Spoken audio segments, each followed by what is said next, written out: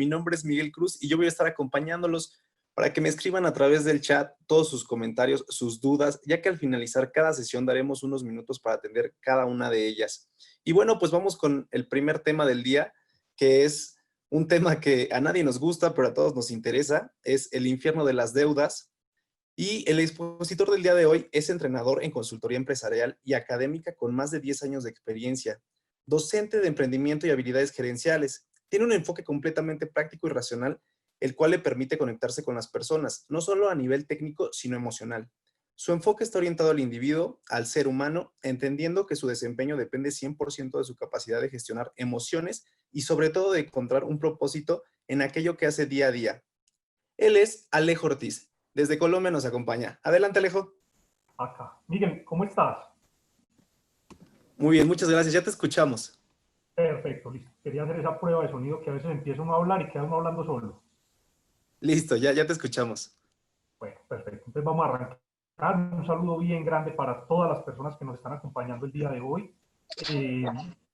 Hay un tema que quiero iniciar y me llamó mucho la atención, ahorita algo que Edgar decía, y es importante entender que en temas de emprendimiento no necesariamente estamos hablando de las grandes compañías ni estamos hablando de las empresas que apenas están iniciando, sino que cada uno de nosotros en alguna medida es un emprendedor. Y desde ese punto de vista, toda empresa inicia con nuestra mentalidad acerca de lo que quiere decir emprender y sobre todo acerca del tema del dinero. O sea, no podemos desconocer que uno de los objetivos, no voy a decir el principal, porque no es el principal, sería un error, pero uno de los objetivos más grandes que tenemos con respecto al tema del emprendimiento tiene que ver básicamente con generar ingresos. Yo creo que todos estamos de acuerdo en que nadie crea una empresa o nadie diseña una empresa buscando no generar utilidades. Entonces es muy importante entender esa parte. Como empresarios, le imprimimos nuestro sello personal, le imprimimos nuestra conducta con respecto al dinero a cada una de las empresas que iniciamos.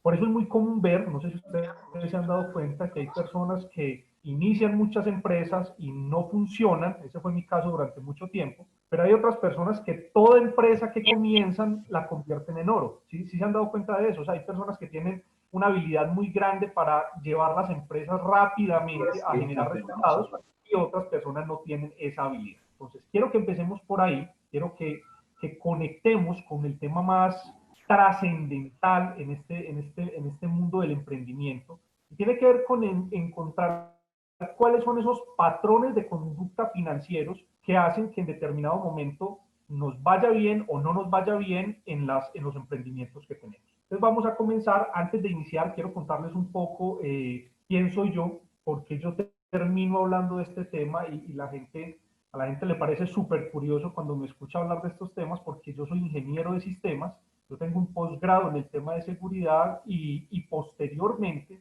yo me dediqué al tema de la agricultura. O sea, mis empresas durante mucho tiempo fueron empresas a cielo abierto y no tienen nada que ver con el mundo financiero, y fue ahí donde cometí muchos errores. Entonces me voy a devolver un poco en el tiempo y con el permiso de ustedes les quiero contar algo que es importante para entender lo que viene aquí en adelante.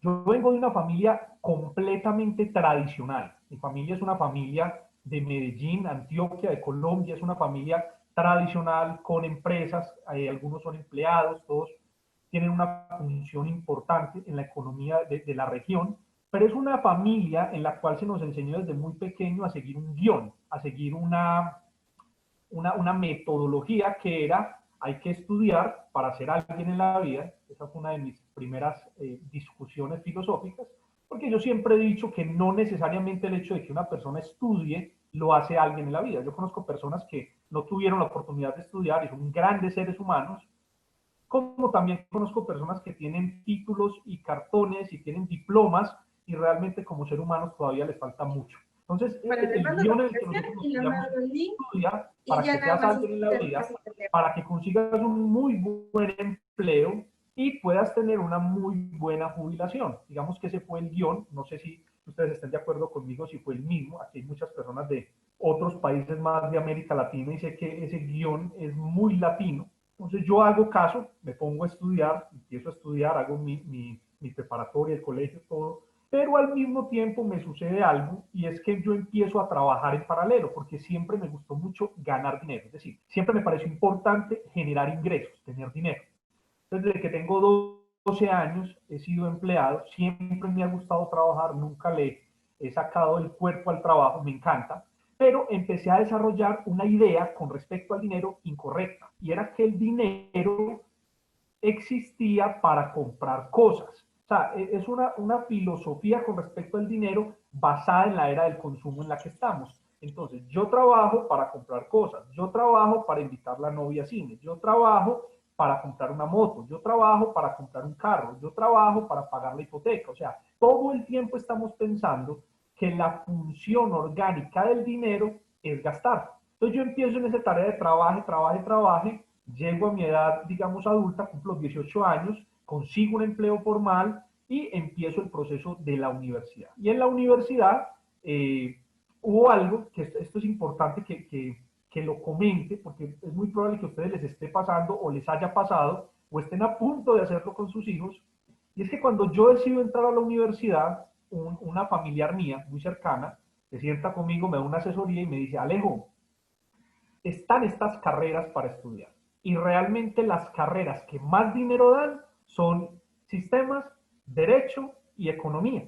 Entonces, el argumento por el cual uno termina eligiendo una profesión es si genera buenos ingresos. Miren qué tan equivocados estamos muchas veces y por eso no tenemos personas más conectadas con sus profesiones, porque el argumento con el cual elegimos las carreras es si da dinero o no da dinero. Entonces, finalmente, la carrera de moda en ese momento era ingeniería informática, sistemas. Entonces yo me vinculo, estudio ingeniería de sistemas, la paso con muy buenas calificaciones, hago el posgrado, consigo un empleo y hasta ese momento yo venía cumpliendo completamente el guión.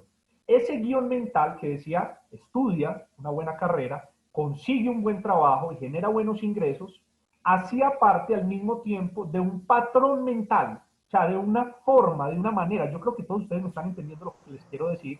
Es una forma de ver el dinero en la sociedad, es una manera en la cual nos relacionamos con el dinero todo el tiempo y eso nos limita a la hora de entender el funcionamiento global de la economía y del dinero y de todo este tema. Entonces yo vengo trabajando, pero al mismo tiempo yo veía algo que no me llamaba la atención. Vamos a ver si de pronto pasa en el resto de países de América Latina. Yo veía, por ejemplo, que la mayoría de compañeros míos que eran empleados, al final del mes no les sobraba dinero. Realmente era todo lo contrario. Al final del mes les hacía falta todavía presupuesto para pagar los gastos básicos y las cosas pues básicas que necesitaban. Yo veía, por ejemplo, que las personas que trabajaban conmigo tenían un ingreso promedio de 1.500, $2.000 en ese entonces. Esas personas estaban, llamémoslo así, estancados económicamente. Es decir, llegaron a un punto donde todos sus ingresos se dividían entre gastos personales y se dividían en deuda. Y el tercer aspecto, que fue el que más me llamó la atención, porque yo empecé a analizar todo mi entorno y yo empecé a, digámoslo, a pelear con mi entorno, porque yo decía, ¿por qué si la idea que me vendieron era que yo iba a trabajar, iba a conseguir un empleo y que iba a ser feliz, que ese es un tema que con Edgar hemos hablado en varias oportunidades, ¿por qué yo no estoy sintiendo esa felicidad? ¿Por qué yo no siento esa plenitud? ¿Por qué yo veo a mis compañeros y yo los veo angustiados, los veo estresados? O sea, ¿yo por qué estoy sintiendo que el tema financiero se está convirtiendo en un lastre y que las personas no están disfrutando? Entonces me empiezo a dar cuenta, y aquí quiero empezar como ya a entrar un poco en materia, las deudas se apoderaron de la economía del mundo y en América Latina pues lo tenemos mucho más marcado porque las tasas de interés y las tasas de usura de América Latina son altísimas comparadas con el resto del mundo. Entonces yo empiezo a mirar que los compañeros míos habían llegado a un nivel de estilo de vida, digámoslo, 5, pero el nivel de deudas que tenían se les absorbía el resto del presupuesto. Entonces, las personas no podían mejorar su calidad de vida, su estilo de vida, porque todo el presupuesto que ganaban, todo el dinero que ganaban, se iba finalmente a deuda, a deuda. Entonces, estas personas comienzan con lo que llama Robert Kiyosaki en todos sus libros, el ciclo del hámster, que es un término medianamente fuerte, pero es real, y estas personas lo que hacían era todos los meses trabajar para pagar deudas, para pagar arriendo, para pagar la casa, para ir a trabajar y volver a trabajar y ganar ingresos para lo mismo, y era un círculo que no paraba. Entonces, ¿qué sucede? Y aquí viene algo importante. En el año 2006, estamos hablando hace ya 15 años, ante esa situación yo empiezo a pensar, y ese es un punto importante, es un punto de inflexión, yo empiezo a pensar de qué manera yo puedo cambiar esa realidad. O sea, yo no me quiero quedar acá, no quiero que mi vida se convierta en tener que estar buscando dinero prestado todos los meses para pagar los gastos fijos, y de qué manera yo logro salirme de este sistema que funciona perfectamente, pero realmente uno termina siendo una víctima de ese modelo económico. Entonces yo empiezo a emprender, empiezo a crear negocios, empiezo a meterme en el mundo de los negocios y me doy cuenta que cometo un error, y se los quiero contar porque es muy probable que muchas de las personas que están aquí conectadas como empresarios, como estudiantes, como prospectos a empresarios o personas que quieran emprender, puedan caer en este mismo error, y si mi experiencia les ayuda a abrir los ojos con respecto a esto, yo espero que lo podamos lograr. Entonces, en este momento en la pantalla, me confirman, Miguel, si están viendo mi pantalla, ustedes en este momento en la pantalla están viendo un ejercicio que en psicología se conoce como la ilusión de Ellinger. Creo que ese es el nombre. Si me equivoco, me disculpan porque no soy muy bueno para los nombres en alemán, pero lo que están viendo ustedes en la pantalla es una ilusión óptica en la cual, si ustedes miran los círculos naranjados, se puede ver a simple vista que el círculo naranjado de la izquierda es mucho más pequeño que el círculo naranjado de la derecha. No sé si ustedes ven lo mismo que yo. Me gustaría interactuar un poco si de pronto las personas que están conectadas ven algo diferente, pero a simple vista usted ve esos dos círculos y se ve uno más pequeño que el otro. Pero cuando yo quito los puntos de referencia, que son los azules, me doy cuenta que los dos círculos son exactamente iguales. O sea, no hay ninguna diferencia en el tamaño de los dos círculos. Lo que hizo que el círculo de la izquierda se viera más pequeño que el círculo de la derecha fue el tamaño de los círculos que habían alrededor. Y eso es lo que llamamos puntos de referencia. Y uno de los enemigos más grandes que tiene el sistema financiero y el mundo de las finanzas personales son los puntos de referencia, o lo que llamamos la comparación. Cuando nos empezamos a comparar con nuestro entorno, eso hace que nuestra realidad se vea de determinado tamaño. Entonces, ¿qué me empezó a pasar a mí? Cuando yo decido comenzar a emprender, digamos que mi círculo social, mis amigos del colegio, mis amigos cercanos, todos tuvieron una condición económica distinta, y es que sus papás y sus familias tenían muy buena cantidad de dinero. Entonces ellos tenían muy buenos carros, tenían buenas fincas, vivían en muy buenos lugares, cada año viajaban a los mejores sitios del mundo, y yo me puse en una tarea de compararme con ellos. O sea, yo quería compararme con ellos, o sea, yo quería estar al mismo nivel de ellos. Entonces, ¿qué empezó a suceder? Como yo me quise poner al mismo lugar de ellos, yo empecé a crear emprendimientos y a crear empresas, pero sin tener en cuenta dos aspectos fundamentales del emprendimiento. Número uno, un muy buen manejo de las finanzas.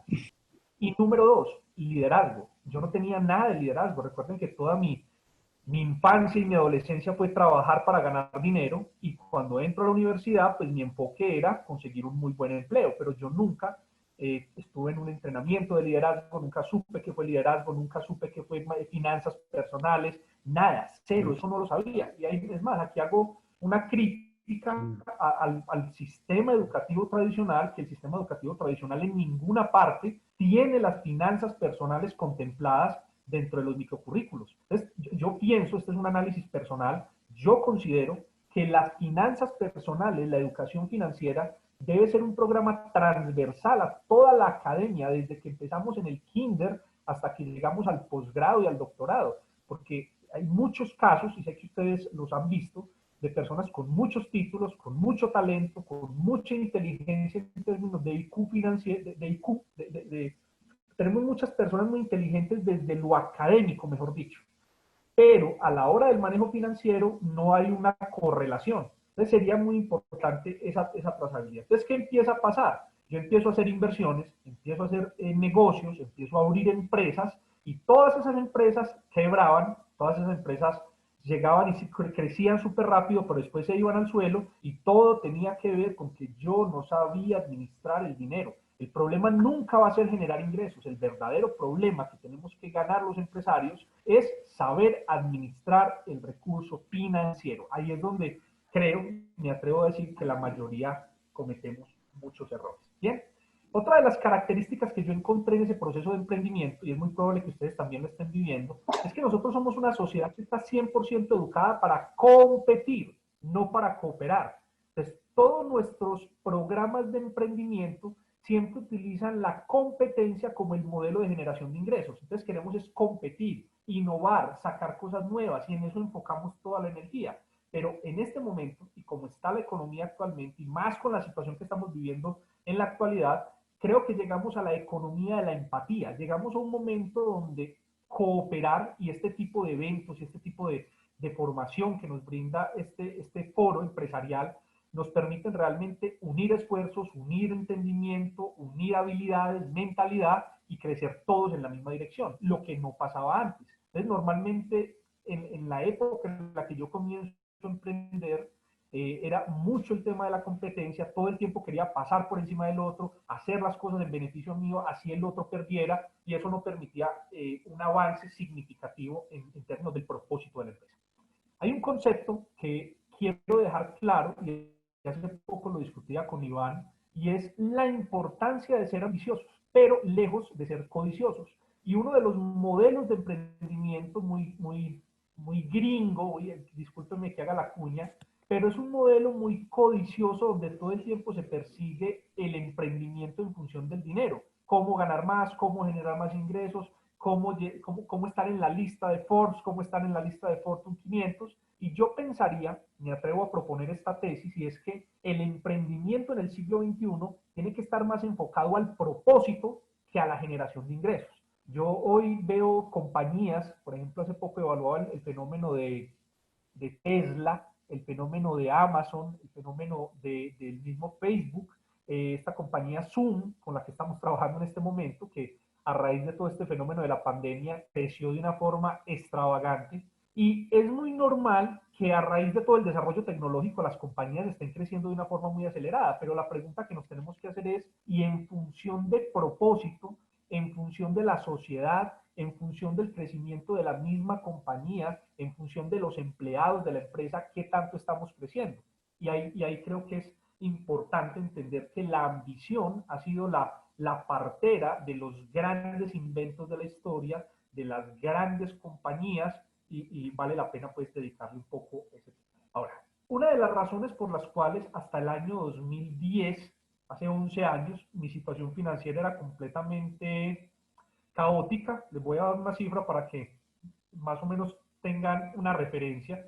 Las deudas mías estaban alrededor de los $250,000, y todas esas deudas yo las había acumulado por una razón, y es que yo había permitido, es un mensaje fuerte y quiero dejárselos claro, que el ego me dominara por completo. O sea, hay una proporción del ego que es muy sana, hay una proporción del ego que me permite a mí como ser humano cuidarme, protegerme, creer en mí, mantener una autoestima saludable, pero cuando ese ego se desborda, yo empiezo a opacar la conciencia, no hacer caso en cosas que debería tener en cuenta, y es ahí donde cometo muchos errores.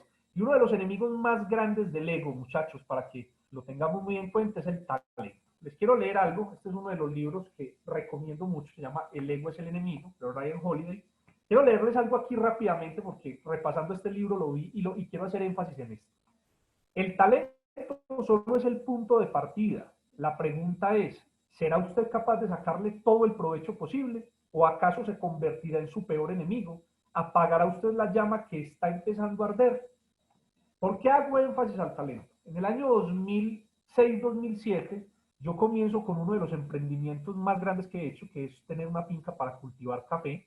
Y en esta finca, que es donde estoy actualmente y donde vivo, comencé un proceso de cultivo de café y empecé a prestar dinero. Esa es una de las formas en la que nos apalancamos los empresarios, prestando dinero.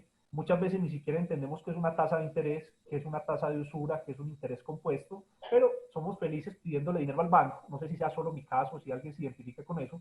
Entonces yo empiezo a pedir dinero prestado, empiezo a sembrar café por toda esta finca, empiezo a organizar toda la finca, y en ese orden de ideas, teniendo todo esto ya montado, empiezo a cometer muchos errores por hacerme caso a mí mismo. Es decir, yo empecé a confiar más en lo que yo creía que sabía que en las personas que me podían ayudar, me podían asesorar, y cometo una serie de errores que para el año 2010 viene un fenómeno de invierno aquí en esta región, y a raíz de eso yo tengo un descalabro financiero que comenzó en más o menos $50.000 y años más tarde llegó a ser una deuda de $250.000.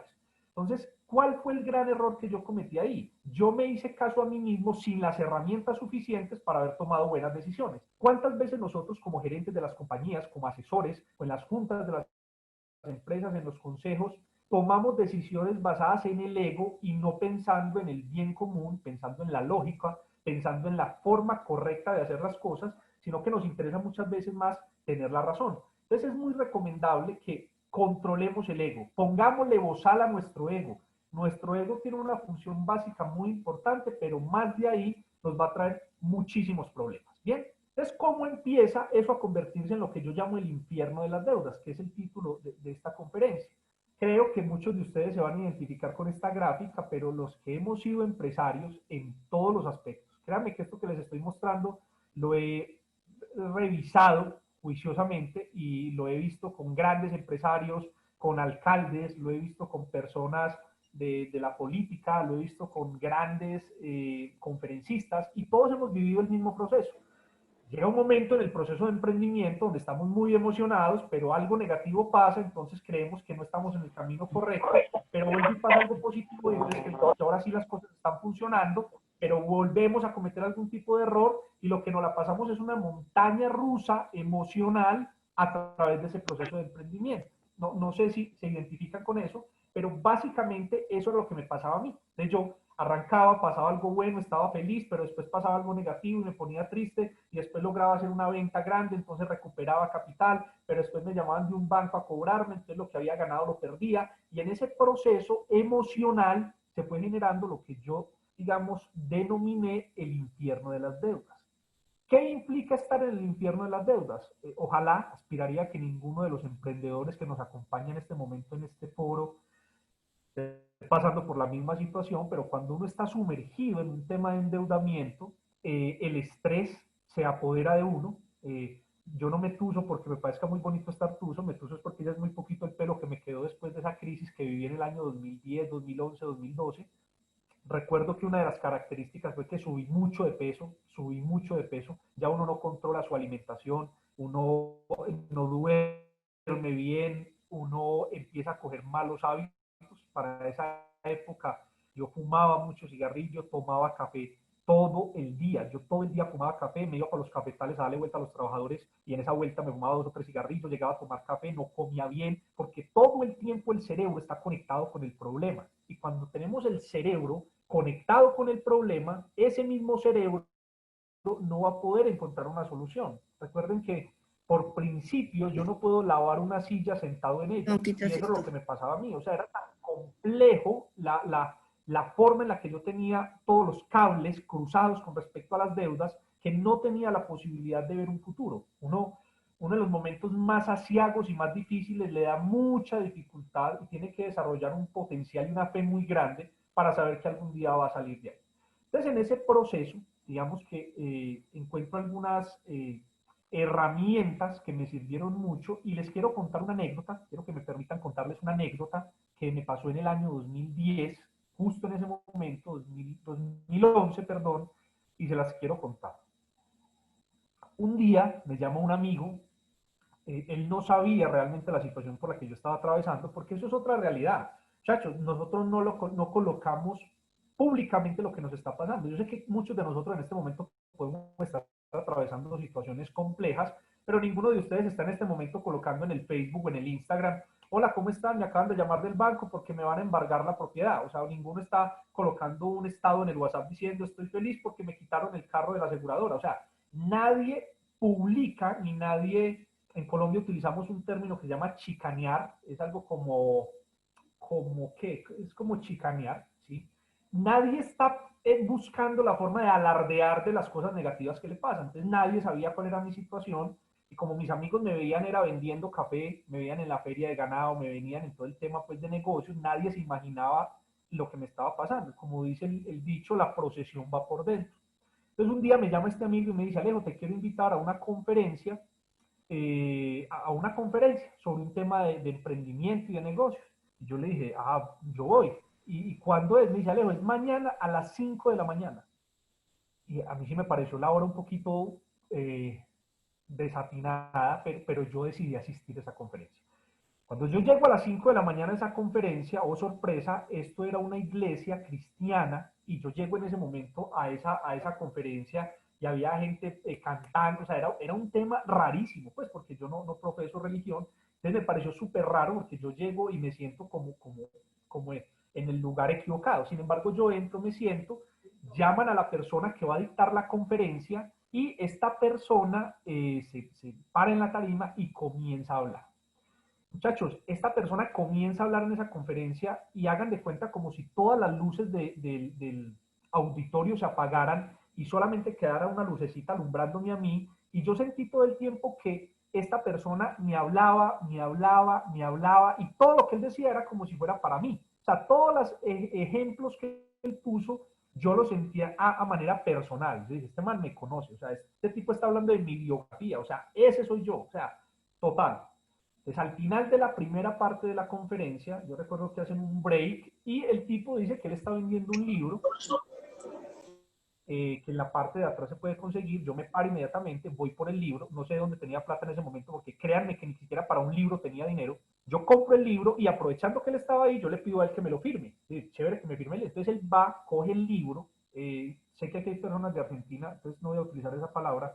Él toma el libro y cuando él toma el libro, él me mira a los ojos, mira el libro, escribe algo, él me entrega el libro así apretado y yo lo guardo en el bolso y no volví a mirar el libro. Cuando llego acá a la finca, yo recuerdo que yo abro ese libro y la palabra que decía en ese libro, en la contraportada, era: el orden produce milagros.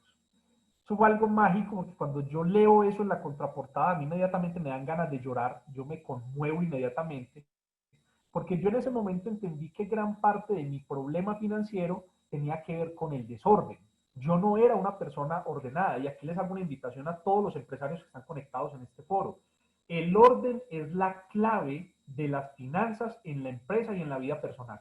Si no somos ordenados con la gestión del dinero, no somos ordenados ejecutando un presupuesto, no somos ordenados controlando los gastos, gastos hormiga, somos ese tipo de personas como era yo en su momento, que sacaba 100, $200 en la billetera y salía y por la noche llegaba con unas moneditas en el bolsillo y no sabía en qué me gastaba el dinero. Es imposible que nos vaya a ir bien como empresarios, porque como decía un gran empresario de esta tierra, o sea, hay que aprender a cuidar las monedas, los billetes se cuidan solos, y eso es un mensaje muy bonito que hay detrás de eso, y es que si no somos buenos cuidando lo poco, la vida no nos va a asignar más recursos. Recuerden que el universo nos está viendo todo el tiempo y el universo lo que está diciendo es: oye, si te estoy entregando 2,000, 3,000, 5,000, 10,000 dólares mensuales para que los administres y no eres capaz administrando esos 5,000 dólares, ¿qué te hace pensar que te voy a asignar más?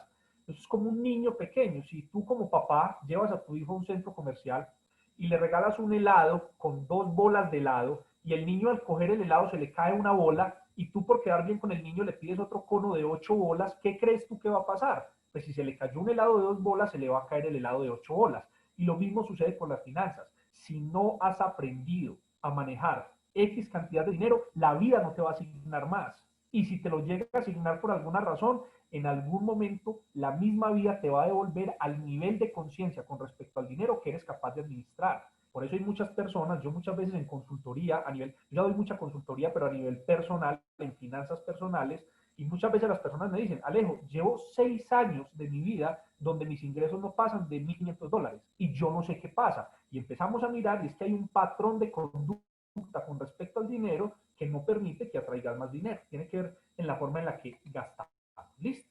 Entonces, hasta acá quiero contarles un poco de cuál fue esa parte de la historia. Ese punto de inflexión comenzó con esa conferencia en el año 2011 y posterior a eso, una de las herramientas que más me ha servido a mí en todo este proceso es la Escuela de la Riqueza, de la cual hoy soy miembro, casi parte del inventario, y una relación directa con el fundador de la Escuela de la Riqueza, con Iván Mason, me permitió en el año 2011, esto siempre lo cuento porque es algo que fue categórico, yo lo llamo, le digo, Iván, yo quiero hablar contigo porque hay un tema que no he sido capaz de resolver. Él me invita a la casa, yo me siento con él, nunca me olvida esa conversación en la sala de la casa de él, y yo le cuento a Iván cuál era mi situación financiera, es decir, yo cómo estaba, y él me escuchaba. O sea, él no decía una palabra, él todo el tiempo me escuchaba y me escuchaba y me escuchaba. Él me miraba de una forma muy particular, pero no decía nada. Y después de que él me escuchó todo toda la historia completa, las únicas palabras que salieron de él esa tarde en la casa de él fueron: Alejo, te tienes que desconectar emocionalmente de los problemas, porque uno no es lo que le pasa.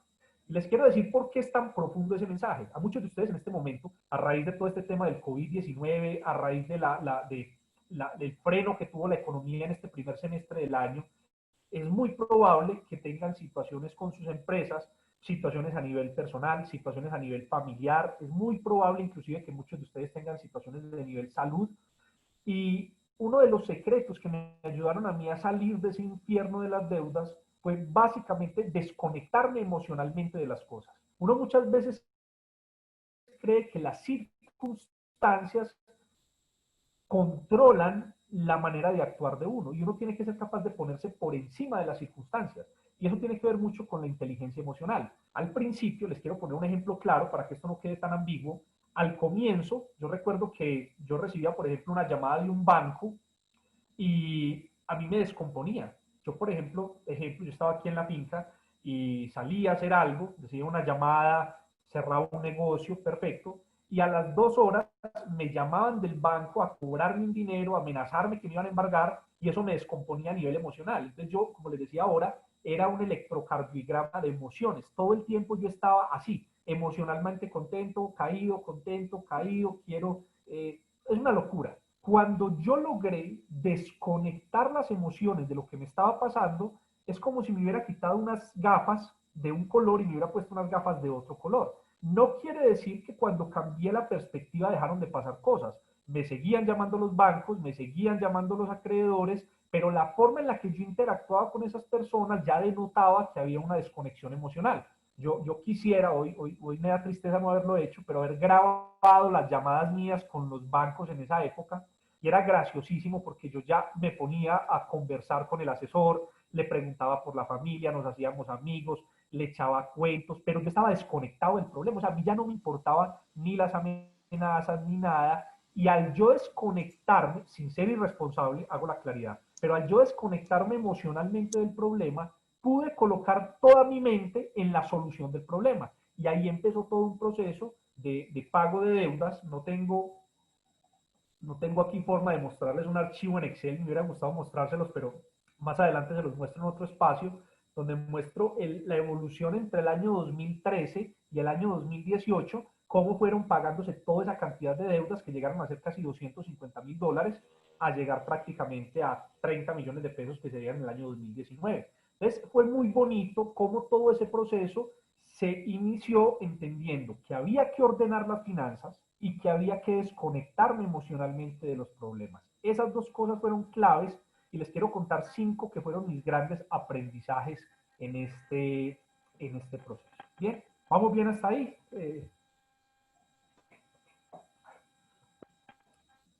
Miguel, te quiero hacer una pregunta si me puedes responder. Quiero saber si se ha estado escuchando bien, si la transmisión va bien para continuar.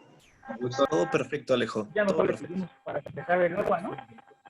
Me gusta testear un poquito para que de pronto no avance uno y haya dificultades. Entonces, el primer mensaje, y aquí les quiero pedir mucha apertura mental, créanme que esto que les voy a decir no es fácil de asimilar, pero si lo logramos entender nos va a servir mucho.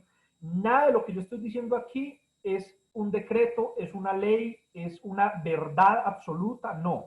Esto es mi verdad, estas son mis recomendaciones, hace parte de mi proceso personal y los invito a que vengan como si fueran al supermercado. Tomen lo que les sirva y lo que no les sirva lo desechan, no hay ningún problema. Entonces, lo primero es que para lograr salir de sus temas de endeudamiento, para lograr tener un avance significativo en algún aspecto de la vida, nos tenemos que enamorar del desequilibrio. Y esto suena raro porque digamos que la teoría general siempre ha dicho que tenemos que vivir una vida equilibrada, que todo tiene que ser perfecto, y nos encantan esas vidas perfectas, esas historias perfectas que vemos en redes sociales, y no entendemos que el equilibrio muchas veces no es tan real como parece.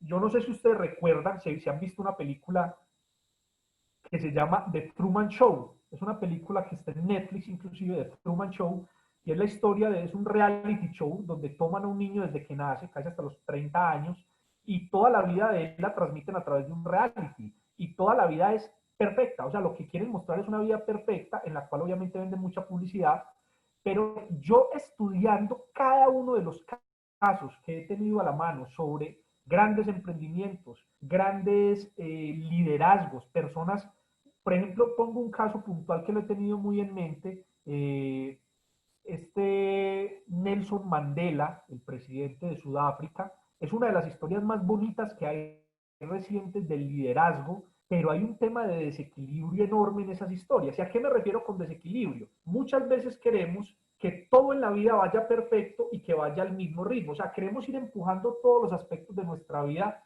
en la misma proporción. Entonces queremos que nuestra familia sea perfecta, queremos que nuestros negocios sean perfectos, queremos que nuestra salud sea perfecta, queremos viajar a los mejores lugares del mundo, tomar las mejores vacaciones.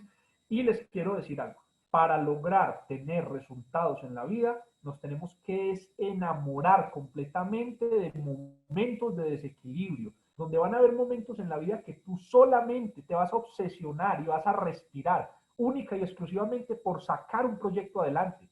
La gente te va a atacar, te van a tildar de loco, te van a tildar de todo lo malo, pero cuando uno se obsesiona con algo y lo saca adelante, van a llegar momentos en ese proceso donde las otras áreas de la vida se van a equilibrar. Hagan de cuenta, no sé si ustedes conocen, yo tenía uno por acá, pero se me ha perdido, una banda, un cauchito, aquí le llamamos cauchos o bandas elásticas. Si yo colocara un caucho o una banda elástica en este momento acá en mi mano, y yo la tengo acá, y yo estiro un dedo, la banda se estira hacia acá. Pero si yo hago con los 4 dedos, la banda también se estira toda completa. Entonces, lo que se trata del desequilibrio es que al estirar uno, se estiran todos.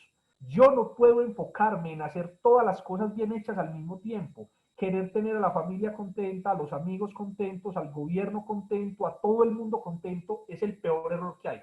Si tratamos de que todas las personas estén felices con nosotros al mismo tiempo, van a ser muchos los errores que vamos a cometer. Steve Jobs tiene una frase que me encanta y él dice, si quieres tener a todo el mundo feliz, no crees un negocio, vende helados. Y es verdad, si el objetivo realmente es que todas las personas que hay alrededor nuestro estén felices, más importante que vendamos helados a que realmente tengamos un emprendimiento. Segundo aspecto que fue un aprendizaje trascendental y es la importancia de tener mentores. Un mentor es una persona que ya pasó por un proceso y que está dispuesto a ayudarte a vivir ese proceso.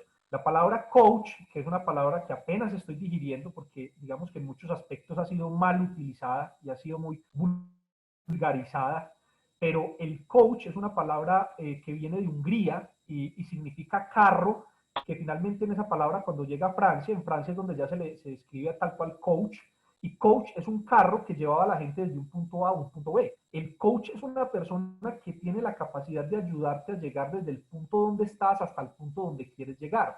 Es muy difícil que en este momento una persona sea capaz de salir de un tema de endeudamiento, que sea capaz de salir de una situación adversa en la que esté, si no tiene el respaldo de un coach, de un mentor, de un amigo, de una persona que ya haya vivido ese proceso y te pueda guiar. Bien, hay una frase linda, se la escuché alguna vez en una conferencia a alguien, no recuerdo, que decía, un problema no puede ser resuelto desde el mismo nivel de pensamiento desde el que fue creado. O sea, si con esta cabecita yo me endeudé en $250,000, es imposible que sea esta misma cabeza la que me saque de ese problema de endeudamiento.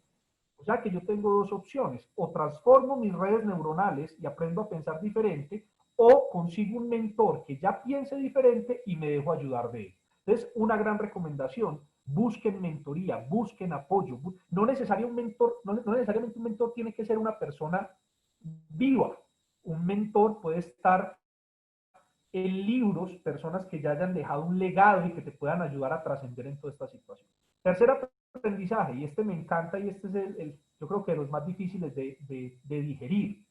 Señores, niñas, aprendamos a pasar la hoja rápido. No nos conectemos tanto con los problemas. Si una empresa está en un punto de no retorno, no suframos por quebrarla, volvámonos buenos pasando la hoja rápido. Si tengo que salir de un mal negocio, salgo de un mal negocio. Si tengo que vender una propiedad para seguir avanzando, la vendo. Hagan de cuenta que muchas cosas en estos temas de emprendimiento se comportan como un lastre, como una barrera, que si yo sigo aferrado a ellas, voy a seguir sufriendo, me voy a seguir desangrando y que todo se soluciona simplemente soltando. En el momento en que yo suelto las cosas, se abren puertas para seguir avanzando. Pero si yo no paso la hoja rápido, sino que quedo conectado a las cosas que pasaron atrás, no voy a poder avanzar.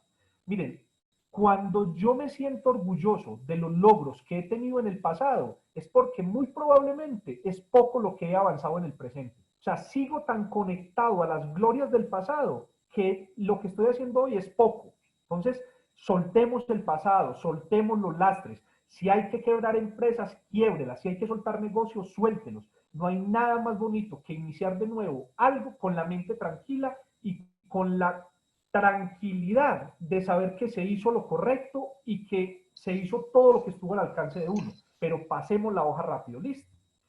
Cuarto, aprendizaje. Ninguno de ellos es más importante que el otro, pero sí tienen ciertos niveles de importancia, digámoslo así, y es, uno tiene que rodearse de una tribu que sea como uno. Si yo soy una persona que pienso de determinada manera, yo tengo que rodearme de personas que piensen de la misma forma en la que yo pienso, por ley de asociación. Acuérdense ahorita la ilusión de Hellinger.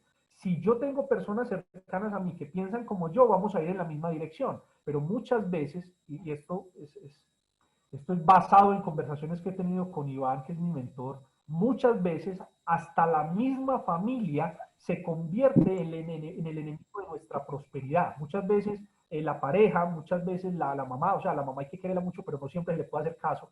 Pero a veces hay que hacernos a un lado de personas que queremos mucho, que hacen parte de nuestra familia, que hacen parte de nuestro círculo cercano, pero que nos detienen, nos estancan, no nos permiten avanzar a través de sus opiniones, a través de sus reacciones, a través de la forma en la que nos ven. Yo le digo muchas veces a la gente, cuando la gente está empezando procesos de emprendimiento, difícilmente su familia les cree. Y me dicen, Alejo, ¿yo por qué cuando hablo con mi familia no me cree? Y la respuesta es muy sencilla. Recuérdate que ellos te conocen desde que eras niño. Ellos han visto todos tus errores, han visto todos tus fracasos, te han visto cometer canalladas enormes, entonces ya cuando dices algo no te van a creer. Por eso, lo único que funciona para que la familia y la gente cercana se conecte con tu visión son los resultados. Hasta que no tenga resultados, esas personas no se van a conectar. Esos son los seguidores tardíos. Si ustedes miran la historia, por ejemplo, de Mahatma Gandhi, cuando él empieza todo este proceso de liberación de la India, nadie le creía, nadie le creía. O sea, al principio él tuvo que remar solo completamente, nadie le creyó. Pero cuando ya viene una marcha por la sal, cuando ya viene un proceso de independencia serio, todo el mundo empezó a unirse a él. Y él decía, obviamente, ¿cómo no se van a pegar si ya está demostrado que funciona? Pero cuando las cosas no funcionen, que es cuando tú necesitas el apoyo, es muy probable que no te lo vayan a dar. Así que no cuentes con la aprobación de las personas y eso me lleva al quinto aprendizaje. Tiene que ver mucho con un libro del doctor Juan Dyer que se llama Tus zonas erróneas. Creo que ese es el libro. Él en ese libro, Tus zonas mágicas, no recuerdo, en ese libro el doctor Juan Dyer habla de que para uno ser exitoso en la vida no necesita la aprobación de nadie. Y una de las cosas en las que más cometemos errores, no sé si ustedes se han dado cuenta de eso, es que queremos que todo lo que hagamos, las personas que están cerca lo aprueben. Entonces, no necesitamos la aprobación de las personas. Hay una película muy linda, me encantaría que se la vieran, en Netflix, es una película que se llama Padman, o el hombre de la toalla.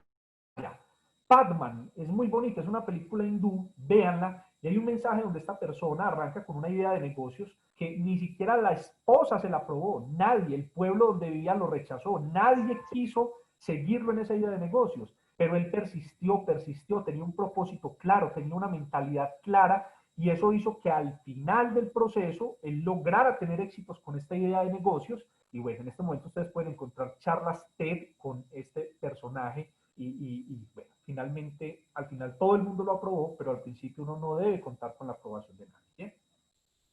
El último concepto que quiero que trabajemos hoy, porque no quiero recargar esto de temas, me parece que eran temas muy puntuales que quería que trabajáramos, y es el tema de la riqueza. Yo he venido escuchando durante muchos años, en conferencias, en seminarios, en videos en YouTube, que riqueza es tener dinero. Y a lo largo de estos 8 o 9 años en que he estado completamente concentrado en entender los verdaderos fenómenos de riqueza, hoy comparto una de las ideas de la Escuela de la Riqueza que reza: riqueza es vida en plenitud. La plenitud no necesariamente tiene que ver con dinero, y ahí viene un error que hemos cometido a lo largo de todos estos años. Siempre hemos vinculado la riqueza con el dinero. Siempre creemos que una persona rica es por el carro que maneja, por el reloj que tiene, por la casa donde vive, por los viajes que se da. Y, por ejemplo, si ustedes se dan cuenta en este momento de superficialidad, las redes sociales confunden completamente todos esos estados de riqueza. Hace poco un amigo me mandó un archivo, les cuento esto porque me pareció muy particular, me mandó un archivo en PDF donde me mostraba una cotización en la Florida, en Miami, cerca de Miami creo, donde alquilaban unas mansiones con unos carros y mujeres inclusive para sesiones de fotos y tenían tanto costo. Entonces las personas iban a esas casas como si vivieran allá, como si esa fuera su pareja y esos fueran sus carros, y cobraban $7,000, $8,000 por una sesión de fotos en esas mansiones para después subir esas fotos a las redes sociales. Entonces, lo que hemos estado haciendo a través del mundo de las redes sociales, por ejemplo, es vender una falsa idea de lo que es la riqueza y la prosperidad. Entonces, lo que quisiera que reevaluáramos para cerrar esta intervención y el día de hoy es que mientras no tengamos claro que la riqueza no tiene nada que ver con dinero, nada que ver, porque la riqueza es un estado y es un estado anterior a la prosperidad financiera. Es muy difícil que una persona sin riqueza mental desarrolle prosperidad financiera. Al revés tampoco funciona. O sea, puede que una persona, y lo vemos por ejemplo en casos como gente que se gana la lotería, han visto gente que se gana la lotería, desarrolla algo de prosperidad financiera, pero al cabo de unos años está igual o peor que como estaba antes de haberse ganado la lotería. Y es que la riqueza es un estado mental que te permite vivir de la misma manera, con la misma actitud ante la vida, con el mismo nivel de felicidad ante la vida. Si te ganas la lotería, así debes la lotería. Y eso es un tema que no... Miren, ahorita en estos momentos de COVID-19, yo sé que se viene un fenómeno muy fuerte de afectaciones psicológicas, mentales, porque ninguno estábamos acostumbrados a este tipo de encierro, pues, y lo digo yo que estoy encerrado en una finca al aire libre, ahora personas que están encerradas en un apartamento, un departamento, pues más difícil. Pero aquí es donde nos vamos a dar cuenta que la verdadera riqueza y la verdadera abundancia no es cuánto dinero tengo, sino de qué forma veo el mundo, de qué forma disfruto las cosas más simples de la vida. Aquí donde yo vivo hacen unos atardeceres hermosos, y yo en las tardes todos los días sirvo una taza de café gigante y me siento a ver ese atardecer, y todos los días me maravillo con ese atardecer desde una perspectiva distinta. Es la misma finca, es la misma taza de café, es la misma silla, es el mismo atardecer entre comillas, pero la forma en la que yo lo veo es lo que cambia y lo que hace que en mí haya una sensación de plenitud que me genera esa riqueza. Si gano mucho dinero en un mes o no gano tanto dinero, ya eso no afecta, ya eso no me hace mejor ni peor persona. Y es un mensaje puntual que quiero dejarles en el conversatorio de hoy. Cuando uno supera el infierno de las deudas, cuando uno logra pagar toda esa cantidad de temas, cuando uno logra sacarse a los bancos de encima. Es decir, un banco hoy en día para mí es un sistema de apalancamiento en términos de negocios. Cuando he necesitado hacer algún tipo de negocios, busco el banco que mejor tasa de interés me dé y hago negocios con los bancos. Pero yo ya no busco los bancos para que me solucionen problemas como era antes. Y eso me da paz, me da tranquilidad, me da una armonía en la vida impresionante. Hay una frase que quiero resaltar, y ojo, no quiero que esta charla, no quiero que esta conversación que estamos teniendo se tome de la forma incorrecta. No es una apología hacia la pobreza. Ojo, que alguien alguna vez me hizo un comentario y me dijo: Alejo, entonces vos estás diciendo que ser pobre es lo mejor. No, en ningún momento. Ojo, me encanta viajar. Acabo de llegar antes en noviembre del año pasado. Estuve un mes entero en Alemania, en Francia, estuve paseando. El año pasado estuve en el Hotel Xcaret en México, espectacular, una semana, una cosa deliciosa, no hubo la hora de volver. Me encantan las cosas buenas, me fascinan. A lo que yo quiero llegar es que si las tengo o no las tengo, eso no afecta la felicidad con la que yo vivo. Y quiero utilizar una frase que me encanta de San Francisco. San Francisco decía, necesito poco y lo poco que necesito, lo necesito poco. Y me encanta esa frase porque creo que en el mundo en el que vivimos, uno de los errores más grandes es que el sistema de consumo nos hace creer que necesitamos mucho para vivir. Y esta pandemia, que en muchos aspectos ha sido una gran aleccionadora, nos ha mostrado que no es mucho lo que necesitamos. Ustedes no se han dado cuenta que ir a un centro comercial no es tan importante ni tan trascendental. No se han dado, ayer me decía un familiar mío, un tío que tiene un muy buen puesto en un banco aquí en Colombia, y él me decía, Alejo, ¿vos me puedes creer? Yo sé cuánto dinero se gana él.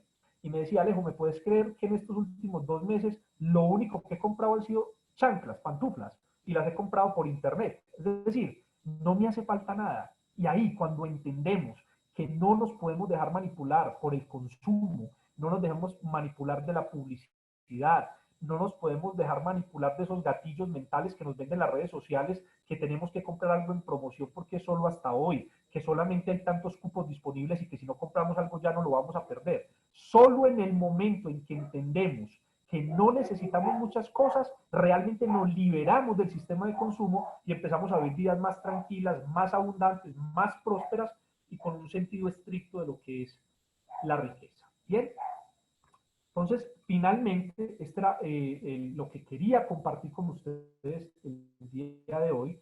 Hay muchas preguntas, hay personas que me están preguntando, aquí tengo abierto el Facebook, y hay personas que me están preguntando por el Facebook y me dicen, Alejo, cuéntenos cómo salir de toda esa cantidad de deudas. Créanme que hay un taller en mi canal de YouTube, hay un taller de 26 lecciones donde pueden ver toda la historia completa de cómo fue este fenómeno de endeudamiento. Créanme que haber logrado sobrevivir, yo he escuchado historias de personas que con menos de la mitad de las deudas que yo tenía han tomado la decisión de quitarse la vida.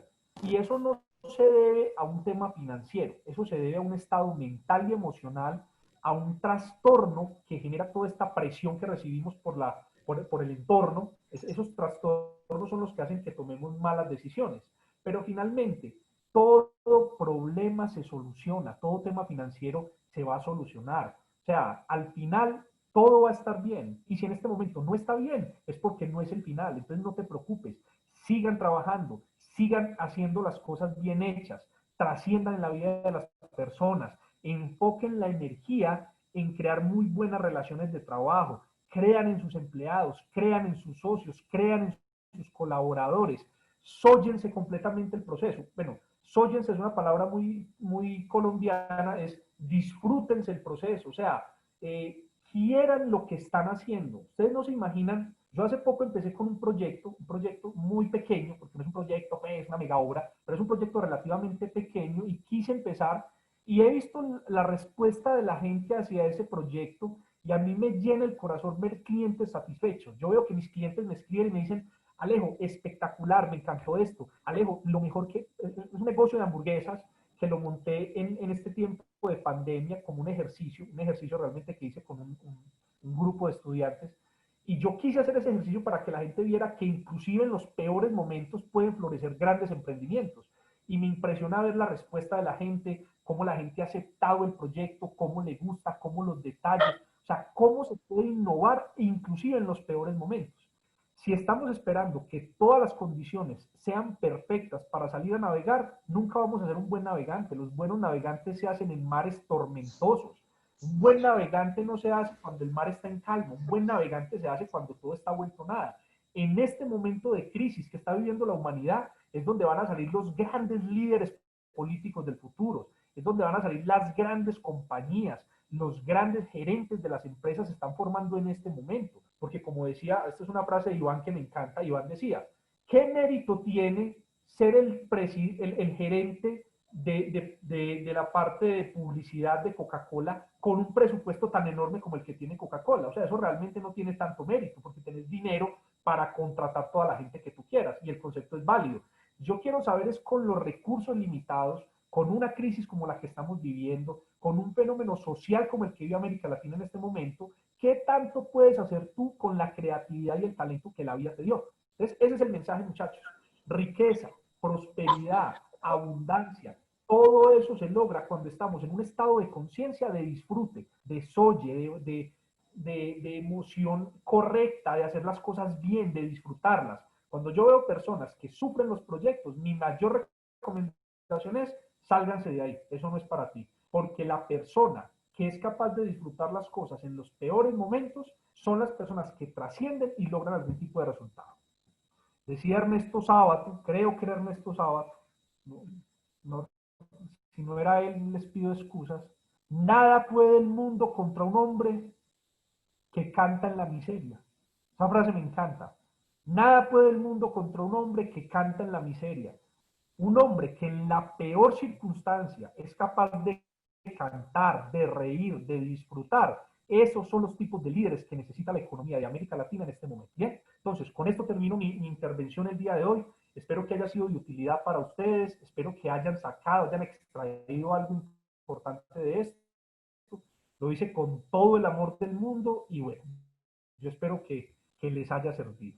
Un feliz día para todos. Sigan conectados con los entrenamientos y los talleres que tenemos y estoy a disposición en lo que les pueda servir. Feliz día. René, muchas gracias. Edgar, gracias a ti. Ariana, a todos, muchas gracias. Muchas gracias, Alejo. Y bueno, con esto finalizamos la primera sesión del día. Y recuerden que este es un evento con causa. Si desean contribuir y apoyar todo este evento, les estamos compartiendo a través del chat la liga donde pueden apoyarnos. Y bueno, quédense con nosotros. Vamos a pasar a la segunda sesión del día.